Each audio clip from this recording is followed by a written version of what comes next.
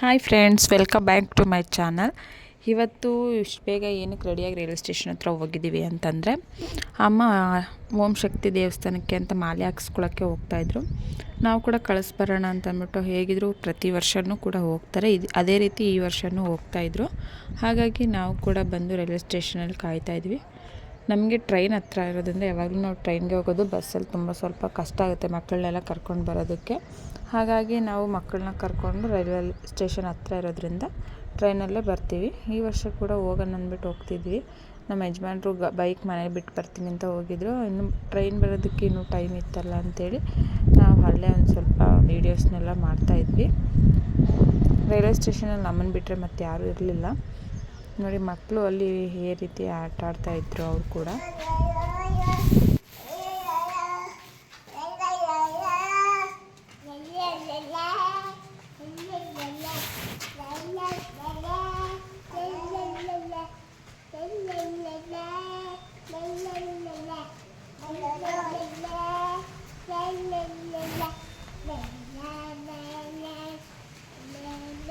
ಸ್ವಲ್ಪ ಹೊತ್ತಾದಮೇಲೆ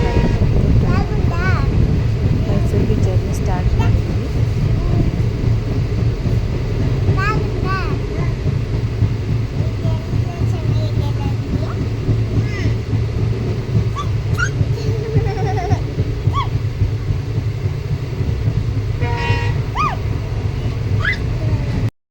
ನಾವು ಮೈಸೂರಿಗೆ ಹೋಗೋಷ್ಟರಲ್ಲಿ ಅಮ್ಮನೂ ಒಂದು ಸ್ವಲ್ಪ ಐಟಮ್ ತರೋದಿದೆ ಅಂತ ಮಾರ್ಕೆಟಿಗೆ ಬಂದಿದ್ದರು. ಅದೇ ರೀತಿ ನಮ್ಮ ಜೊತೆಗೆ ಬಂದರು. ನಾವು ಕೂಡ ಅಲ್ಲೇ ಒಂದು ಸ್ವಲ್ಪ ಊಟ ಮಾಡ್ಕೊಂಡು ಮನೆಗೆ ಹೋದ್ವಿ. ಈ ವಿಡಿಯೋನ ನೆಕ್ಸ್ಟ್ ಡೇಗೆ ಕಂಟಿನ್ಯೂ ಮಾಡ್ತಿದ್ದೀನಿ. ಏನಕ್ಕಂದರೆ ಅಮ್ಮ ಬೆಳಗಿನ ಜಾವ ಅಷ್ಟೊತ್ತಿಗೆ ಹೊರಟೋಗಿದ್ರು. ನಾವು ಮನೇಲಿ ತಿಂಡಿ ತಿಂದು ಒಂದು ಸ್ವಲ್ಪ ಲೇಟಾಗಿ ಎಲ್ಲ ಫ್ರೆಶ್ ಅಪ್ ಆಗಿ ನಾವು ಮತ್ತೆ ಹೋಗ್ತಿದ್ದೀವಿ. ಇದು ಶ್ರೀರಂಗಪಟ್ಟಣದಲ್ಲಿರುವಂಥ ದೇವಸ್ಥಾನಕ್ಕೆ ಅವರು ಹೋಗಿದ್ದು. ನಾವು ಅವ್ರ ಜೊತೆ ಹೋಗೋಕ್ಕಾಗಲಿಲ್ಲ, ಅವ್ರು ಬೆಳಗಿನ ಜಾವ ಹೋದ್ರು. ಹಾಗಾಗಿ ನಾವು ಒಂದು ಸ್ವಲ್ಪ ಮಕ್ಕಳಿಗೆಲ್ಲ ರೆಡಿ ಮಾಡಿ ತಿಂಡಿ ತಿಂದು ಬಸ್ಗೆ ಅಂತ ವೆಯ್ಟ್ ಮಾಡ್ತಾಯಿದ್ದೀವಿ. ಇವಾಗ ಬಸ್ಗೆ ಹೊರಡಬೇಕು. ಕಳಿಸೋದಕ್ಕೆ ನಮ್ಮ ಮನೆಯವರು, ನಮ್ಮ ಮಾವನ ಮಗ ಎಲ್ಲರೂ ಬಂದಿದ್ವಿ. ಬಸ್ಸೇ ಸಿಗಲಿಲ್ಲ, ಬಹಳ ಹೊತ್ತಾದರೂ ಬಸ್ಸೇ ಸಿಗಲಿಲ್ಲ. ಫೈನಲ್ಲಾಗಿ ಬಸ್ ಹತ್ಕೊಂಡು ಟೆಂಪಲ್ ಹತ್ರ ಹೋಗಿದ್ವಿ.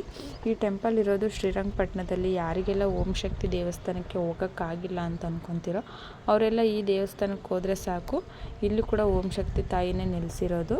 ನನಗೆ ಜರ್ನಿ ಅಂದರೆ ಆಗಲ್ಲ, ಹಾಗಾಗಿ ನಾನು ಓಂ ಶಕ್ತಿ ದೇವಸ್ಥಾನಕ್ಕೆ ಹೋಗಬೇಕು ಅಂದರೆ ಈ ದೇವಸ್ಥಾನಕ್ಕೆ ಹೋಗ್ತೀನಿ. ಅಲ್ಲಿ ಕೂಡ ಭಾಳಷ್ಟು ಜನ ಮಾಲೆ ಹಾಕ್ಸ್ಕೊಳ್ಳೋಕ್ಕೆ ಅಂತ ಬರ್ತಾರೆ.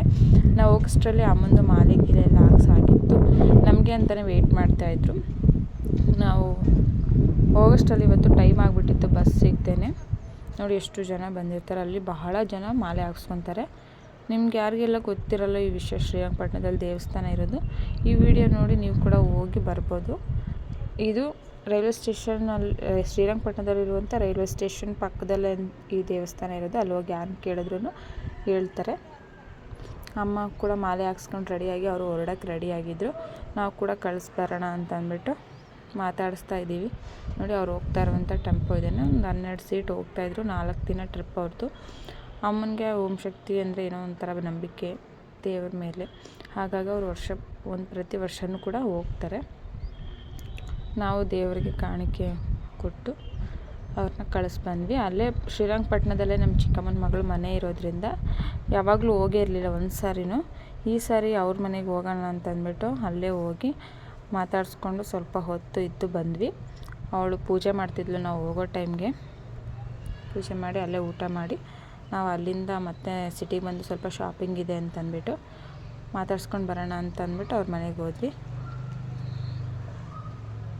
ಅವಳು ಪೂಜೆ ಆಗಲಿ ಅಂದ್ಬಿಟ್ಟು ನಾವೆಲ್ಲ ವೆಯ್ಟ್ ಮಾಡ್ತಾಯಿದ್ದೀವಿ. ನನ್ನ ಮಗಳಿಗೆ ಮಾತ್ರ ಇವ್ರು ತೀಟೆ ಮಾಡಿ ಅಳಿಸ್ತಾ ಇದ್ದಾರೆ. ನೋಡಿ ಯಾವ ರೀತಿ ಅಳಿಸ್ತಾರೆ ಅಂತ.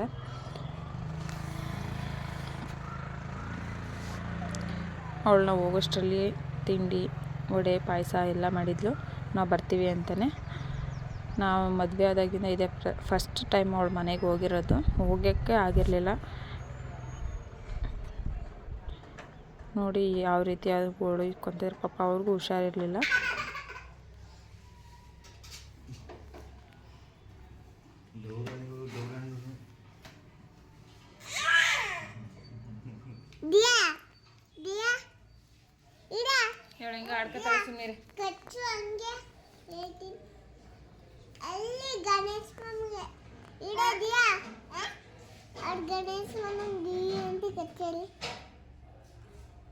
ಅಂತ ಹೇಳ್ಕೊಡು.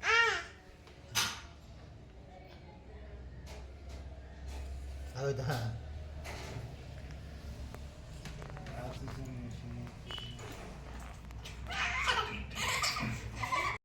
ಫ್ರೆಂಡ್ಸ್, ಇವತ್ತಿನ ವಿಡಿಯೋ ನಿಮಗೆಲ್ಲ ಇಷ್ಟ ಆಗಿದೆ ಅಂತ ಅಂದ್ಕೊತೀನಿ. ಯಾರಿಗೆಲ್ಲ ಇಷ್ಟ ಆಗಿದೆ ಅವರೆಲ್ಲ ಲೈಕ್ ಮಾಡಿ, ಮತ್ತು ಯಾರೆಲ್ಲ ಹೊಸ್ದಾಗಿ ನನ್ನ ಚಾನಲ್ ನೋಡ್ತಾ ಇದ್ದೀರಾ ಪ್ಲೀಸ್ ಸಬ್ಸ್ಕ್ರೈಬ್ ಮಾಡಿಕೊಂಡು ಸಪೋರ್ಟ್ ಮಾಡಿ ಅಂತ ಹೇಳ್ತಾ ಈ ವಿಡಿಯೋನ ಇವತ್ತಿಗೆ ಕೊನೆ ಮಾಡ್ತಾಯಿದ್ದೀನಿ. ಮತ್ತೆ ಇನ್ನೊಂದು ವಿಡಿಯೋದೊಂದಿಗೆ ಮತ್ತೆ ಸಿಗ್ತೀನಿ.